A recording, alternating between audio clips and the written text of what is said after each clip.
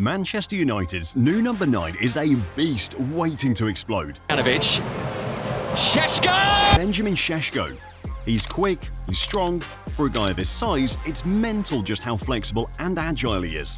The things he can do with a football. He's a latest addition to Man United's attacking force, and this isn't just any ordinary signing. Šeško is different. We're talking about a guy who, if everything goes according to plan, will tear up the Premier League. So just how good is Benjamin Šeško then? You might want to see some of his goal catalogue. Shots? He's got that on lock, with both feet as well. But the craziest one has to be his vertical leap. I mean, look how high he jumps. Then you add this to the fact that despite his big frame, last season Benjamin Šeško still managed to record a top speed of 35.69 km per hour, which ranked him 26th amongst the 492 players to feature in the Bundesliga. He was even higher in the 2023-24 campaign. The point is, Šeško isn't normal. He's 6'4" and that fast. The Erling Haaland comparisons almost become natural. It's something even Šeško himself talks about. I was playing in the youth back then. It was really interesting to look at him because, as I said, he's the same height, and in general, some kind of movements are the same, and at this point you think, I want to be like him, of course, but... Damn, he went from dapping up Erling Haaland to playing in the same league alongside him. But it's not just the physical package that makes Šeško look exciting. It's what he can do to deliver the results, the stats. 265 career games, 150 goals, and 32 assists. Šeško is still only 22 years old. For context, Rasmus Højlund, the man Šeško will be coming in to potentially replace, has 70 goals and 18 assists career-wide. They're both the same age. It's a clear indicator that Šeško is an improvement in that area. Now we'll get to how and why Šeško improves this United team from a collective angle soon, but keeping the focus on Šeško and his numbers, there's a trend that emerges. I'll tell you what that trend is in a bit, but first, you see that subscribe button to Football Historia? Click it so you never miss out on quality content like this. He had 21 goals and 6 assists in 45 games last season. That might be fairly decent at best, until we begin the deep dive. See guys, RB Leipzig had a disappointing campaign last season. They finished 7th last season, 3 places lower than what they managed in the 2023-24 campaign. A series of inconsistent performances from the majority of the players on the team. The club failed to qualify for European football for the first time since 2016, just 13 wins from 34 games in the league. The clear point here is that Leipzig struggled. But even with that, Šeško was still one of the bright sparks in the team. He still managed over double digits in terms of goal contributions last season. Now this is probably the point where you'd expect me to tell you he was producing insane numbers in the season before Leipzig's disappointing campaign. But like we said earlier, it's following a trend. In the 2023-24 campaign, Šeško bagged 14 league goals, 1 more off the 13 he bagged from last season, 18 in all competitions for Leipzig. So what does all of this mean? Well, the truth is, it's not that Šeško doesn't score enough goals. He's just had different roles playing in that Leipzig team. When he first arrived, he focused more on runs in behind. Last season, because of how the attacking quality dipped at the club, Šeško had to drop deep to get more involved in the play. It's also really worth noting that Šeško overperformed his XG at Leipzig. From just 17.7 XG across the last 2 seasons, he's scored 27 times in the Bundesliga. The fact that he chooses to shoot from almost anywhere, which again we will discuss further, can be questionable at times, but even with that, Šeško's unpredictable. He just had different roles playing for Leipzig in the last 2 seasons, and has still managed 39 goals in 87 games for the club. Pretty decent. Right, so now we know the player. What does Benjamin Šeško bring to Manchester United? To start with, he's durable. Very durable. 0 injuries in the last 3 seasons is mental, considering that over that period, he's made 128 appearances at just club level alone. This will be very key for Rúben Amorim's Man United as well. There's no European football next season. Having a striker you know will be fit unless something bizarre happens throughout the season means he becomes a big option to plan around. In fact, in his entire career, he's only been injured for 61 days, which amounts to around 2 months of football. Šeško isn't just a beast, he's in top physical shape too. We talked about his speed earlier, but there's something else about it. Šeško uses his speed to stretch defenses. Leipzig's total of 17 counter-attacking goals last season was the second most in the Bundesliga last season, and Šeško played a big part in that. His total of 5 goals from fast breaks? He's ranked 3rd in the Bundesliga across the last 2 seasons, only behind Luis Openda and Marmoush. Now, we say this because looking at the options United have in the centre-forward positions, none of them exactly scream pace. You don't need the stats to understand this. Rasmus Højlund's best attribute might be his willingness to get into channel positions and open the space for teammates to get into. Joshua Zirkzee is more technical and prefers to drop deep to get involved in play.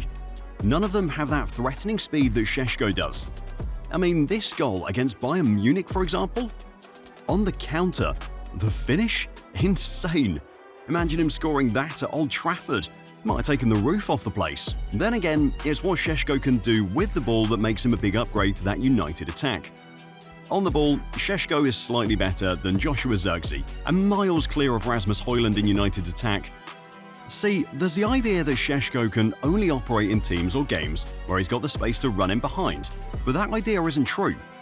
His successful take-on rate of 1.46 per 90 isn't just better than Zirkzee's 0.84 per 90 and Højlund's 0.33 per 90. It's actually the best amongst out-and-out centre-forwards in Europe's top 5 leagues. His technique is mind-blowing. You can pass. The first time I saw Sesko was playing for Salzburg, and the comparison that struck me straight away with his power on his left foot with Robin van Persie. And he's had that. You don't just get the Robin van Persie comparisons out of luck. Šeško's ability to strike a ball and score goals, he's managed double digits consecutively in the last 5 seasons, since he made his big break playing for FC Liefering in Slovenia. We talked about his numbers being relatively the same for Leipzig over the past 2 seasons in the league. Even with the 13 league goals he scored last season, it's still more than what both Højlund and Zirkzee managed in the league, or any Man United player, in the 2024-25 season. Then there's the other stuff too. Of the 82 club career goals he scored, 22 of them have been game-winning goals. That's 25% of his goals. The goals are a big thing for Man United, and it's undeniable. We're talking about Man United, which managed just 44 league goals last season. Saying it wasn't good enough for a club of United's size would be an understatement. It was a disaster. I mean, it just adds up. If you're getting a player who can stay fit and you know can bag double digits in league goals and still improve, that's already a win. Now it just feels like Šeško is that big missing piece that almost completes the puzzle for Man United on their way back to becoming a top club again, at least performance-wise. They've been very active in this transfer window. The trio? It's Manchester United's new €200 million attack. Matheus Cunha and Mbeumo both joined the club from Wolves and Brentford earlier, and now they've added Šeško to the squad. It's essentially a new front three for Man United. To be fair to Rúben Amorim, he's kept his word. He talked about being careful with signings and not just signing any player for the sake of it. The player they got had to be the one that had fit the structure of what he wants to build. That's what Benjamin Šeško does. It's very easy to see and understand the United plot now. Already the front three they've got have had more league goals than United as a team got last season. But it's what they potentially can be when they gel that makes the new trio look exciting. It's expected that Matheus Cunha and Mbeumo both occupy the respective number 10 positions, the inside forward roles. Šeško is the man up top. When Amorim's system worked at Sporting Lisbon, particularly in attack, it was by using a slow and patient build-up. He even tried the same last season at United. Only Man City recorded a lower direct speed in the league last season. But in the cases where he wants his team to force the issue, it's one clear idea. Amorim needs a centre-forward who will make channel runs and be able to hold the ball until the number 10s or the rest of the team get up the pitch. Šeško is perfect for that role. He can play with his back to goal. He can make channel runs, and the key difference is the ability to keep the ball and hold it up for his teammates to come into play. And in the cases where he's on his own with very little or no support, when he decides to go for goal, it can become chaos. That front three makes the job easier. Think about it like this. Even with Šeško's arrival, the bulk of the goal scoring won't directly be on his shoulders. Matheus Cunha came to United off the back of a personal best of 15 league goals last season. The same with Rúben and Mbeumo last season. He came to Man United off the back of a personal best of 20 league goals last season. Šeško will be expected to score goals, yes, but it won't be him alone. Focusing on Šeško, he improves this team.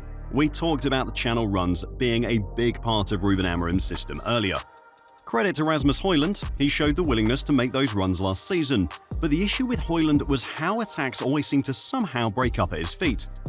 Anyone who watched Man United play last season knows for large parts it seemed like United was always having to chase the ball because of Højlund's inability to hold up play. It affected players like Patrick Dorgu and Diogo Dalot, the wingbacks. Even Amad too. They always had to cover spaces and never really got the chance to progress high up the pitch. Having a centre forward who can hold the ball and is an aerial threat at 6'4" is a massive upgrade too. That aerial threat is big. The Premier League is arguably the most physically intimidating of Europe's top 5 leagues. Højlund struggled to win his aerial duels last season. He won just 25% of his aerial duels. For context, Benjamin Šeško had the 4th highest total of headed goals in the Bundesliga in the last 2 seasons. Now this figure becomes very important when you consider that Man United is a team were the Premier League's lowest goal scorers from headers last season, managing just 4 in total. It's very clear now that Man United is rebuilding, but what makes the rebuild with Šeško even better is that despite the horrible performance from last season and no European football, Rúben Amorim can still attract the players he wants to play in his system. Why he's been drawn to United? It's interesting considering Manchester United finished 15th. No, obviously, European football this season, and Newcastle do. And they do have Champions League. So that's a real, almost kind of balance because, you know, a lot of players, they look at the history of the club. Benjamin Šeško reportedly turned down better wages from Newcastle to join Man United. Newcastle offered more in terms of the package deal to Leipzig to sign Šeško, but in the end, the player chose Man United. Šeško knows that coming to this United team is his chance to become a hero. It's his chance to become the leading scorer at a global club like United, which wants to revamp, but Šeško must always know that with all due respect to RB Leipzig, playing for Leipzig isn't the same as playing for Man United. He's going to need to up his game. He's going to have to become consistent. The early signs have to be good.